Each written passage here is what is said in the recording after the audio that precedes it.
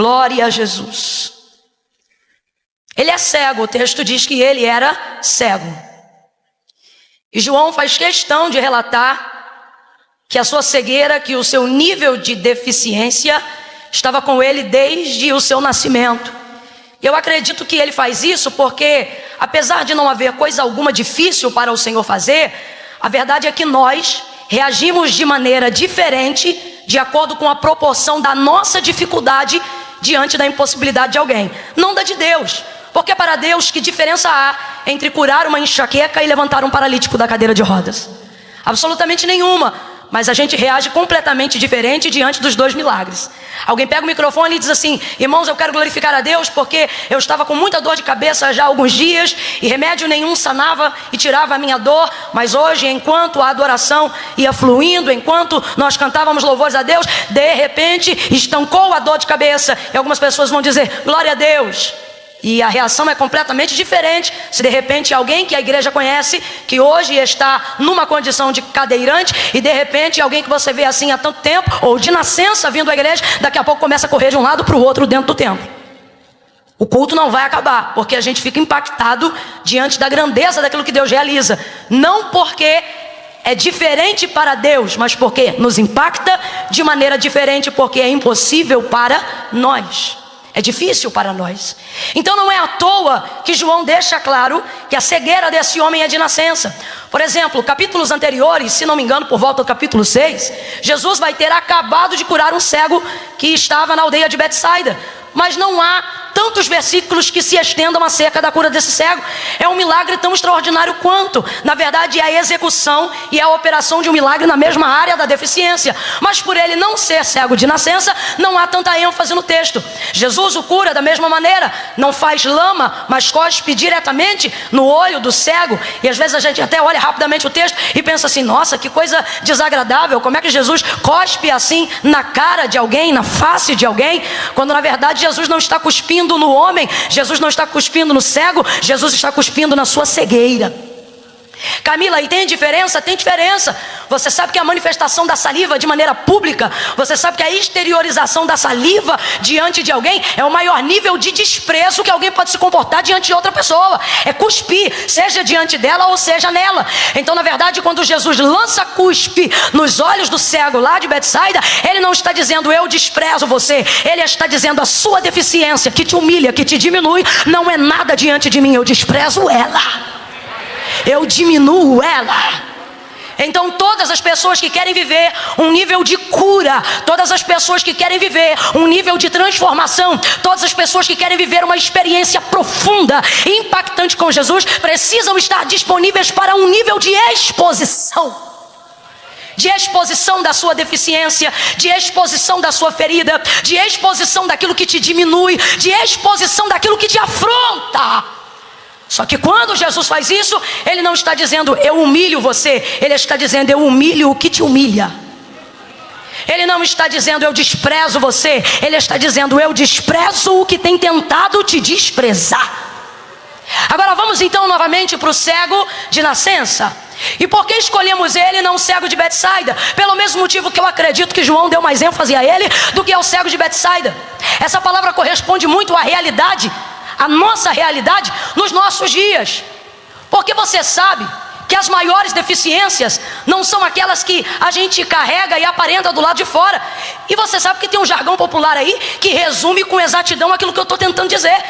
A gente sempre vive reproduzindo por aí, pra gente que aparentemente enxerga muito bem, mas não vê o próprio erro, não vê o defeito, não vê pecado, não se conserta. E a gente vai dizendo por aí, o pior cego é aquele que não quer ver. E na verdade quem transmitiu isso biblicamente para nós foi o próprio Jesus que deixou isso claro. Não só nesse texto, um pouco mais no final do capítulo 9, mas em outras oportunidades estando diante dos fariseus, dizendo que os cegos não são os que não veem, mas são os que vendo não enxergam. Ele falou isso em outras áreas que nós julgamos serem as piores deficiências, e para Jesus não significam nada que seja relevante para a salvação e para que vidas sejam impactadas por intermédio delas. Por exemplo, ele usou a mesma expressão para os surdos, e ele disse: os piores surdos não são aqueles que não ouvem, mas são aqueles que ouvindo não praticam aquilo que escutam. E aí você está sentado aí agora e está dizendo: irmã Camila, e o que será que isso tem a ver comigo? Talvez você seja hoje aqui alguém que está passando por um momento de paralisia. Talvez você tenha alguma deficiência visual, auditiva, qualquer área da sua vida, e você pensa: eita, que hoje vai me pegar. Mas na verdade o nosso propósito hoje não é falar sobre as deficiências que aparecem do lado de fora, mas aquelas que nós carregamos desde que nascemos.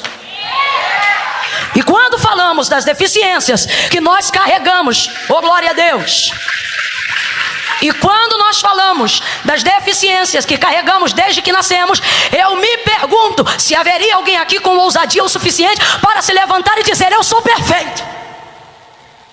Eu me pergunto se teria alguém aqui nessa noite que, uma vez que acha que vê bem, que uma vez que nunca teve um problema de audição, que uma vez que todos os seus órgãos funcionam perfeitamente, tem a ousadia de levantar aqui agora e dizer: Camila, eu não tenho defeitos.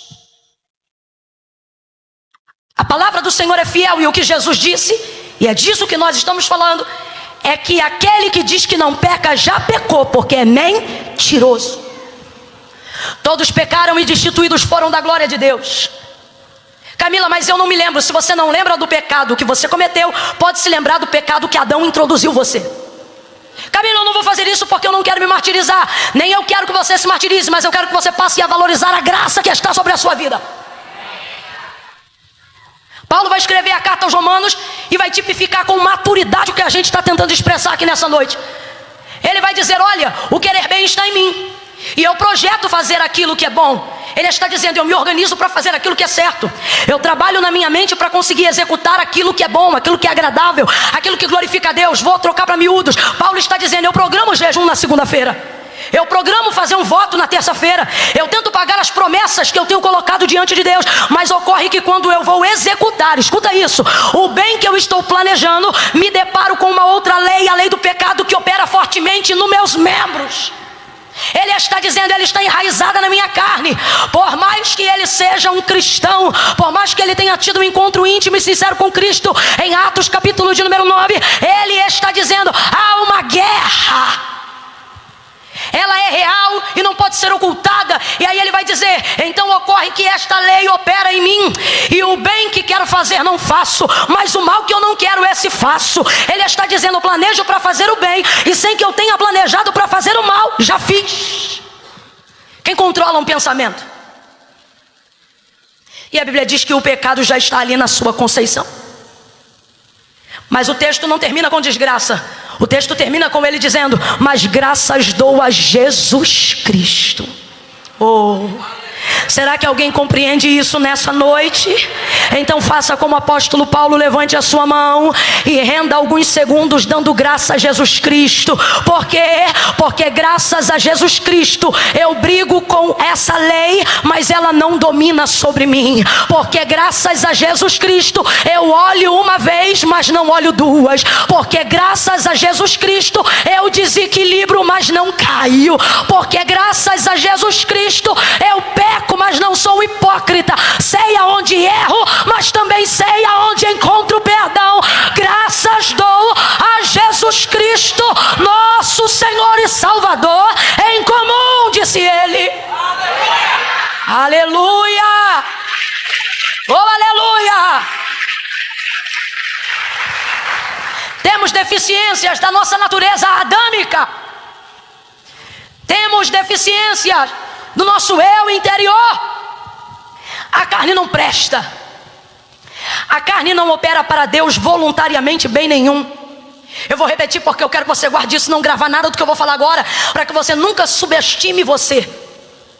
A carne não opera para Deus voluntariamente bem algum. O que conseguimos executar em nosso corpo para a glória de Deus e no nosso estado de pureza para a glória de Deus é feito por convencimento e obra do Espírito Santo. Não fique pensando que você saiu esses dias todos, aonde o carnaval está comendo em algum lugar, e veio para cá dizendo: eu vim porque eu sou muito crente, eu vim porque eu sou muito responsável, eu vim porque eu sou muito diligente. Você veio porque o Espírito Santo te convenceu. Porque senão você ia estar no sofá, você ia estar na praia. Porque a carne não diz vai para a igreja, a carne diz fica em casa, você já trabalha de segunda a sexta.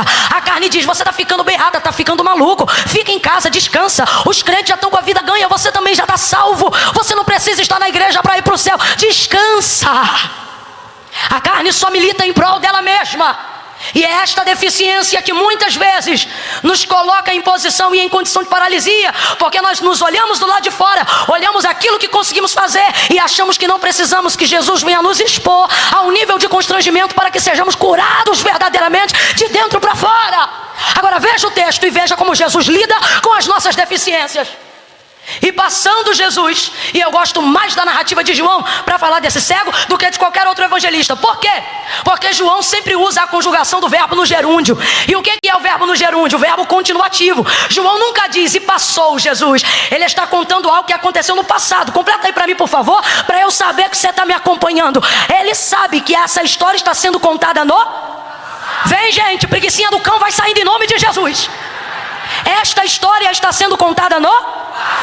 Então ele poderia tranquilamente dizer: e quando passou Jesus, viu um cego. Mas não, a maioria dos milagres na narrativa de João, ela tem a sua tradução na conjugação do verbo gerúndio, que é o verbo continuativo. O que é este verbo? É a capacidade de contar histórias do passado, como se elas estivessem acontecendo na hora que estão sendo contadas. E você diz: Camila, por que você gosta dessa versão? Eu gosto porque é exatamente o que acontece hoje. A gente pega uma coisa que Jesus fez no passado e conjuga no gerúndio, verbo continuativo. Por quê? Porque ele continua passando, continua curando, continua salvando, continua libertando. Se você acredita nessa verdade, se você acredita nessa verdade, segura as palmas só um pouquinho, pega na mão da pessoa que está do seu lado e só nessa pegada de mão já faz ela perceber que você não veio aqui fazer uma social, faz ela perceber que assentou-se ao lado de um profeta do eterno, de uma profetisa das nações. Pega, não solta não, vambora. Não faça disso um momento esquisito, faça disso um momento profético. Segure a mão desta pessoa com firmeza e diga para ela: ele está passando, ele ainda está passando, ele ainda está passando, ainda está curando, ainda está visitando, ainda está renovando. Ele é o mesmo ontem, hoje e será eternamente. Aquele que era, aquele que é e aquele que há de vir para buscar a sua igreja. Ele não muda.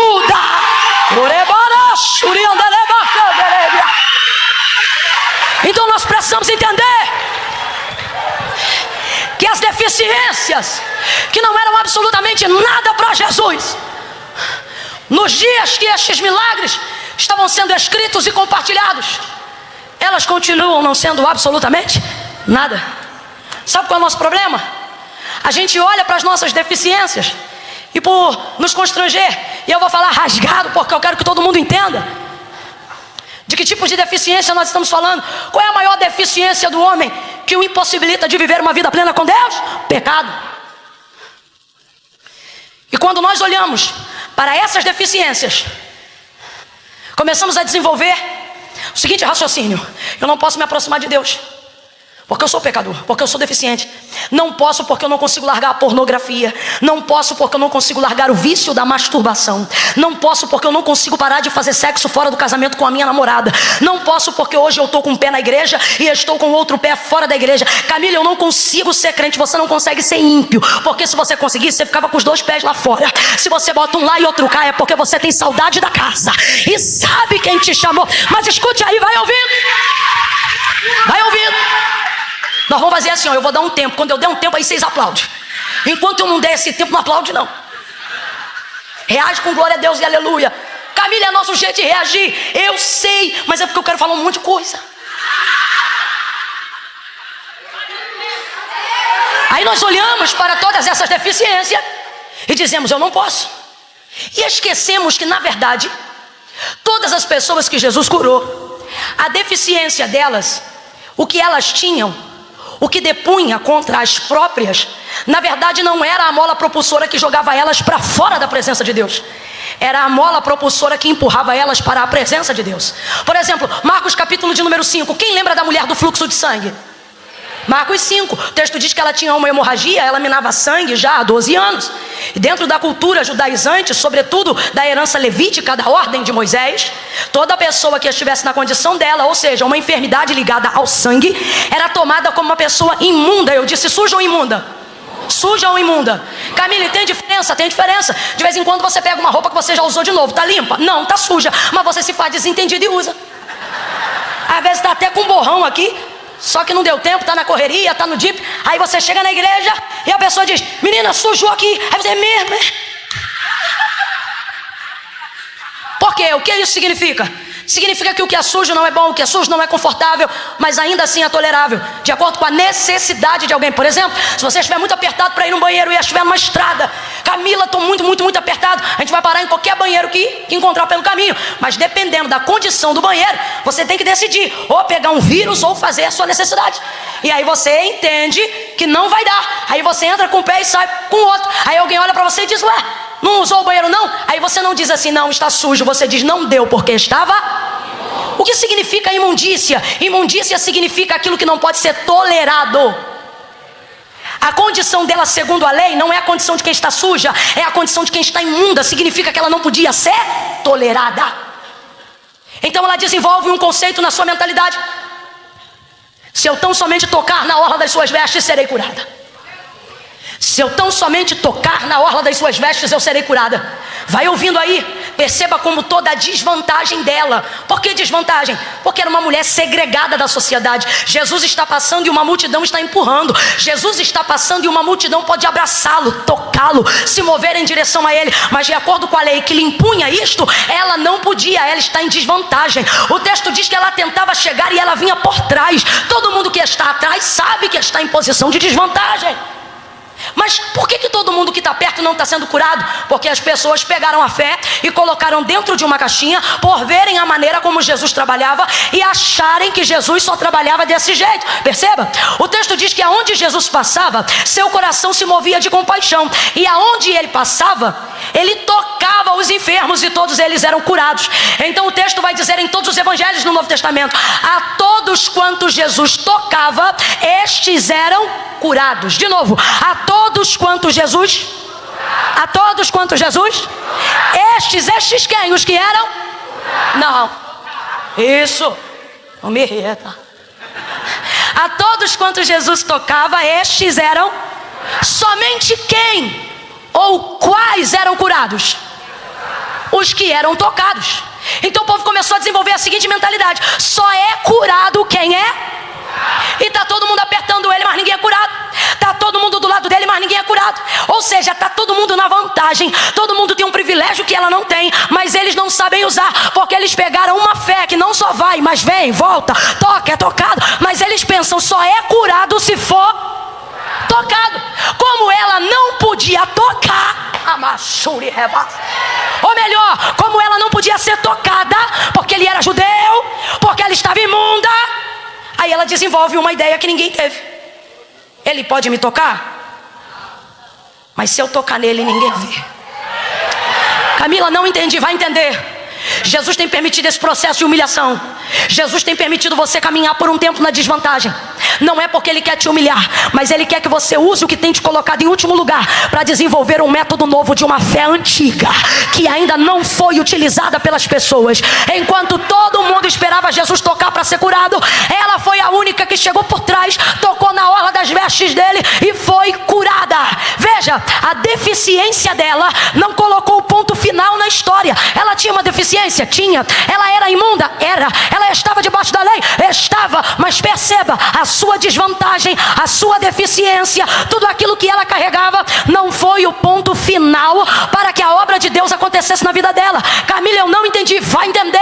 Deus te trouxe aqui para dizer: sua deficiência não é o ponto aonde eu termino, é o lugar por onde eu começo. É por ali que eu começo. Quem está entendendo o que Deus está falando? Quem está entendendo o que Deus está falando? Deus te trouxe hoje aqui para te dizer: pare de dar desculpas.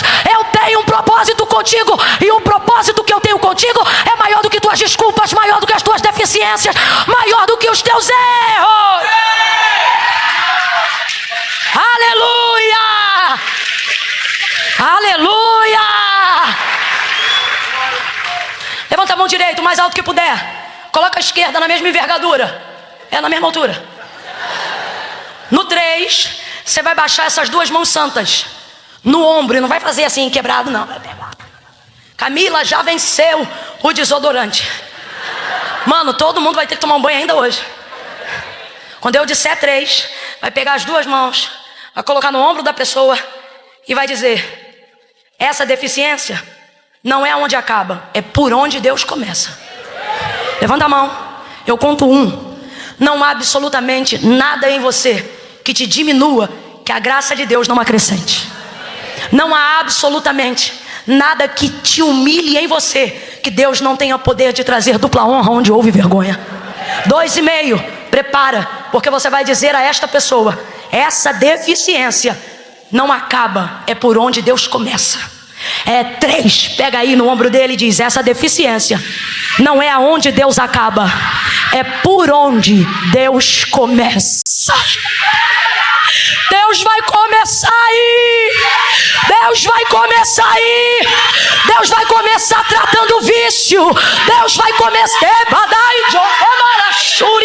Deus vai começar aí. Deus vai começar aí.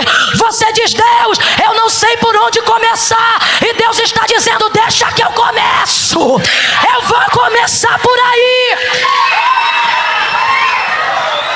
João 9 é a mesma coisa. Olha o texto, gente. Olha o texto. O homem é deficiente, cego. Olha o texto. E passando Jesus, viu um homem. Veja. Está aí na Bíblia. Quando Jesus ia passando, viu um homem. Tem 2 vírgulas antes de falar da cegueira. Quem ainda está comigo, diga amém. Olha o texto. Quando Jesus ia passando, vírgula, viu um homem, vírgula, cego de nascença. Quem vem primeiro, segundo o que Jesus está olhando, passando e vendo? Jesus está vendo primeiro o cego ou primeiro o homem?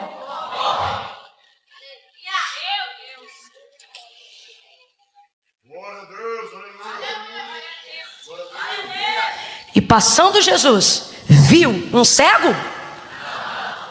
E passando Jesus, viu um? É você que acha que sua deficiência vem primeiro. É você que acha que esse problema, essa algema, cadeia, vício, limitação, seja lá o que for, que tem o governo da sua vida.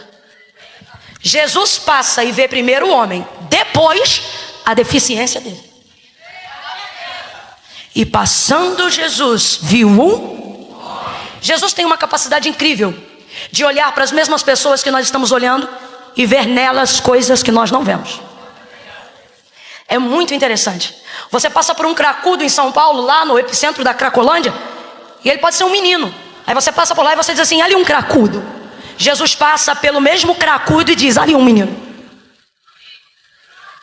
Você passa por um ponto de prostituição e você diz: ali uma prostituta. Jesus passa pela mesma prostituta e diz: ali uma mulher.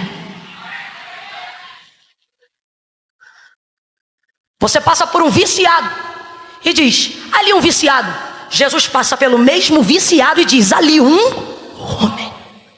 Jesus está dizendo: aquilo que você é para mim é mais importante, mais relevante do que o que você faz contra. Deus deixa de nos amar quando está irado conosco? O amor de Deus falha? Mas a palavra de Deus diz que sua ira dura só um momento. Eu não estou dizendo que vamos zombar da ira de Deus. Só não podemos esquecer que Ele nos ama a despeito dos nossos erros. E por que nós estamos dizendo isso hoje aqui? Porque a gente espera se consertar para se apresentar para Jesus. E Jesus está dizendo: eu já estou te vendo muito antes. Deixa eu te falar um negócio. Para de gastar tempo na sua vida explicando para Jesus como você peca e aonde você peca. Vou falar um negócio rasgadão para você. Jesus sabe aonde você peca, que horas você peca, com quem você peca e como você peca. Camila, então o que eu faço? Você não precisa usar o seu tempo de reconciliação somente para dizer aonde pecou, como pecou e dar detalhes do seu pecado. Você precisa falar mais do seu arrependimento do que do seu pecado. Perceba, pessoas que tentaram se justificar diante de Jesus não alcançaram perdão, não alcançaram arrependimento verdadeiro. Jesus não dedicava sequer 5 minutos aos fariseus. Por quê? Porque eles viviam com uma justificativa atrás da outra, se escondendo atrás de Moisés, se escondendo atrás de Abraão, e não reconhecendo que ele era o Cristo, o Filho do Deus vivo. Agora este mesmo Jesus, que não dedicou 5 minutos a fariseus, sentou-se ao poço com uma mulher que já teve 5 maridos e o 6º não era dela. Está toda errada, mas está quebrantada. Está errada, mas quer consertar. E ela não fica explicando porque está com um homem que não é dela. Ela não fica explicando se é movida à necessidade ou à carência. Jesus diz assim: traga-me aqui o teu marido. E ela diz assim: eu não tenho marido. E ele diz: tu disseste com verdade. Agora eu te pergunto, admitir que não tem marido é admitir que o homem que ela está não é dela. Responda para mim com inteligência. Isso é bonito? É bonito, mas olha o que ele diz: tu disseste bem. O que ele está dizendo? O que você faz é bonito? Não, mas o que você fez agora é sincero. O que ela fez? Ela se justificou? Não, ela confessou. Tu disseste com verdade. Aí por causa disso, ela confessou. E o que a Bíblia diz? Aquele que confessa e deixa alcança misericórdia. Manifestou-se a misericórdia, a graça redentora de Deus em Cristo, e essa mulher recebeu perdão. Lembra do pródigo voltando para casa? Poderia ter dito: pai, eu fiz isso porque eu sou novo. Pai, eu fiz isso porque eu sou inconsequente. Pai, eu fui ignorante. Pai, isso, pai. Não, meu irmão, não teve essa. Quando ele chegou: pai, pequei diante do céu, perante ti, não sou digno de ser chamado seu filho. O pai perguntou aonde ele andou? O pai perguntou com quem que ele dormiu? O pai perguntou o que ele cheirou? O pai perguntou se ele usou? Pega uma sandália, um anel, mata um cordeiro, porque o que estava perdido se achou. Você vai olhar para pelo menos 3 pessoas e vai dizer para elas assim: menos justificativas, mais confissões. Menos justificativas e mais confissões. E você vai conseguir deixar o pecado, e o pecado não vai mais querer habitar em você. E passando Jesus, viu um homem, cego de nascença. E os discípulos de Jesus, vendo que Jesus via o homem, rapidamente perguntaram: Rabi, quem pecou, este ou os seus pais, para que nascesse cego? E Jesus respondendo disse: nem ele, nem os pais pecaram para que ele nascesse cego, mas isto aconteceu para que nele se manifeste a obra de Deus. Olha isso. Você não vai encontrar em nenhuma outra operação de milagre que Jesus tenha executado no cumprimento do seu ministério aqui na terra, os discípulos escolhendo a pessoa que Jesus vai operar o milagre para fazer tese ou debate teológico de por que ele está assim. Você não vai encontrar. Mas quando se trata deste cego, eles começam a discutir sobre a vida do cego. Não fizeram isso antes, mas estão fazendo isso agora. E é complicado, irmão, é complicado. Porque enquanto Jesus vê a humanidade dele, os discípulos só veem a sua deficiência. Ninguém vê como Deus vê. Ninguém conhece a gente como Deus conhece. Deus trouxe alguém hoje aqui e está dizendo: até quando você vai permitir que a opinião das pessoas norteie a identidade que você tem? Até quando você vai achar que opinião pública, que comentário de internet é mais importante do que o que a palavra de Deus diz ao seu respeito? Até quando?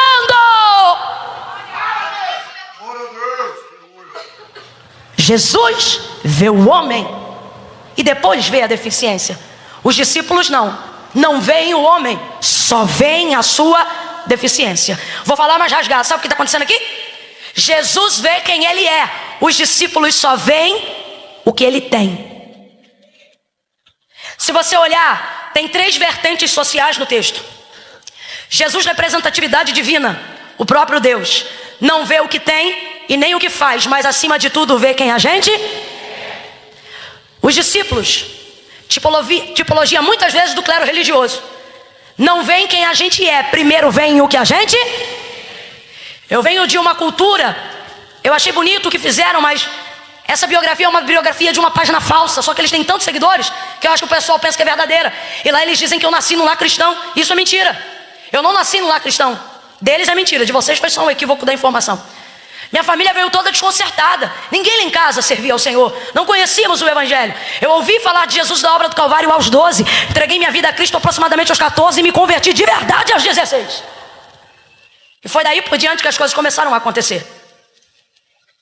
Eu venho de uma época que antes de falarem o que Jesus precisava ou podia me dar, eles me diziam o que eu tinha que tirar.